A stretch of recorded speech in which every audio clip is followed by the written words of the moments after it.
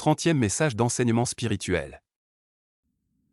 Dicté par l'apôtre Thomas le 20 septembre 1970. Rio de Janeiro, Brésil.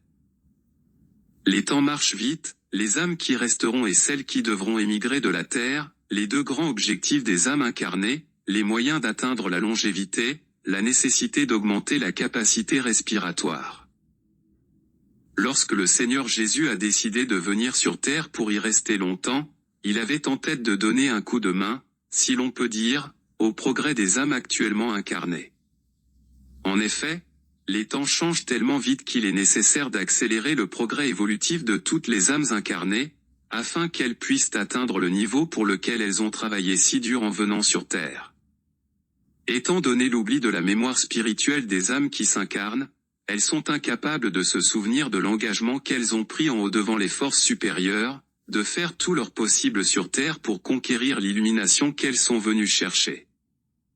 Et comme le temps ne cesse d'attendre les âmes, il fut décidé en haut d'envoyer d'abord sur terre les émissaires qui dictèrent les ouvrages qui constituent la grande croisade de l'illumination, dans laquelle sont transmis des conseils et des enseignements de la plus grande valeur pour tous les hommes et toutes les femmes.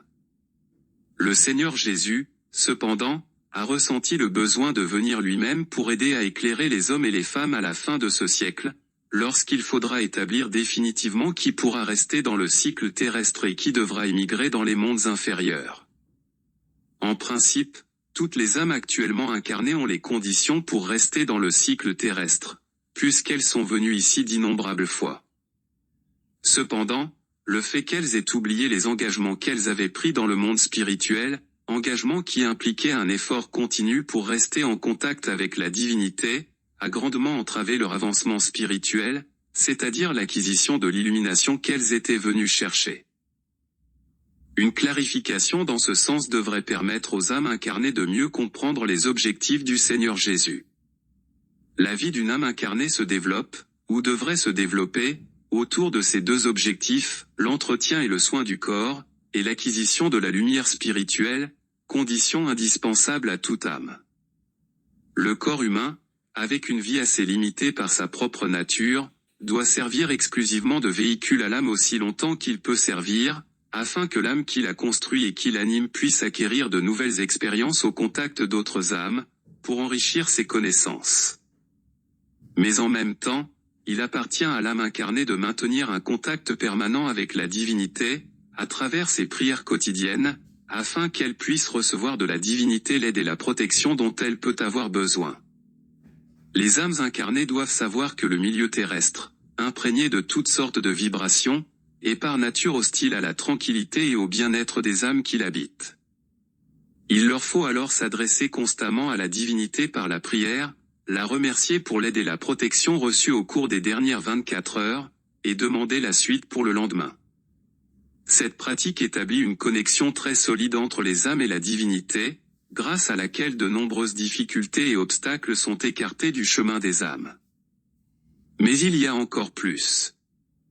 La pratique de prier la divinité attire un volume de vibrations vers l'âme qui s'infiltre dans le corps matériel, apportant santé et bien-être à l'organisme tout entier. Ceci est très important pour la santé et la longévité de la vie terrestre de toutes les âmes, étant donné l'usure causée à leur corps par les aliments divers et certaines imprudences commises par elles. Nous qui d'en haut observons attentivement la vie et les habitudes des âmes sur terre, avons pu constater que ceux qui se consacrent religieusement à leurs prières quotidiennes vivent plus longtemps et beaucoup plus paisiblement que ceux qui n'adoptent pas cette habitude. Le monde terrestre est entouré et impliqué par plusieurs autres plans magnétiques qui l'interpénètrent également, apportant nourriture et vitalité aux milliards de minuscules organismes qui y vivent, sans lesquels leur vie s'éteindrait. Quant à l'organisme humain, cependant, il est nécessaire que les âmes incarnées attirent cette nourriture et cette vitalité magnétique par le pouvoir attractif de leur prière vers la divinité. Comme les âmes incarnées ont leur libre arbitre, il leur est permis de l'utiliser pour attirer les éléments magnétiques à leur portée, ce qui ne peut se faire que lors de la vibration émise au moment de la prière. À cet égard, le Seigneur Jésus désire préciser qu'il existe aujourd'hui sur terre, comme autrefois, des créatures qui ont développé leur capacité à attirer l'énergie et la santé par la prière, de telle sorte que leur séjour sur terre est devenu une question de leur propre volonté. Pour les créatures qui ont appris à prier la divinité, absolument conscientes de la valeur de cet acte, la vie est devenue une dépendance de la volonté. Plus cette connaissance se développera sur terre, plus l'indice de longévité sera étendu au profit du progrès des âmes incarnées. Il n'y a pas de place ici pour l'allégation que l'on se souvient de présenter, selon laquelle personne ne priera plus que le clergé en général. Cependant, de nombreux prêtres meurent après avoir été mariés pendant 40 ou 50 ans. Le Seigneur Jésus oppose à cette affirmation la précision suivante: prier par profession est très différent de prier par dévotion. Ceux qui prient pour la force de la profession qu'ils ont embrassée et dont ils subviennent, ne remplissent qu'un seul devoir dans le service qu'ils sont chargés d'accomplir. Mais leur cœur, qui est leur esprit, ne participe pas à la prière qu'ils doivent faire comme impératif de leur profession.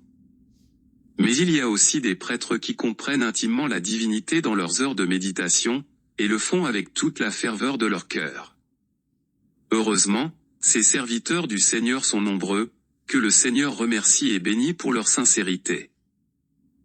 Les personnes qui prient par dévotion à la divinité reçoivent en plus grande abondance les vibrations magnétiques des plans spirituels, et c'est ce qui contribue à préserver leur santé et leur bien-être, en plus d'éclairer les chemins qu'elles doivent suivre.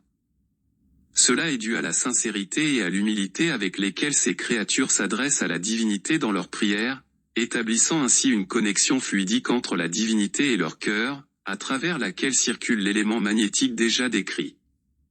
Le jour où toutes les âmes incarnées seront dotées de cette grande vérité, ce jour-là, leur expérience terrestre commencera à s'améliorer de telle manière que, sans aucune raison, elles abandonneront une si belle habitude. Le Seigneur Jésus abordera ensuite un autre sujet non moins intéressant pour toutes les âmes incarnées, à savoir la nécessité que chacun a d'augmenter sa capacité respiratoire comme moyen d'améliorer son état de santé.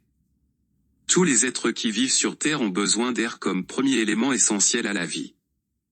Tous les êtres incarnés traitent instinctivement l'acte de respirer, comme on le sait.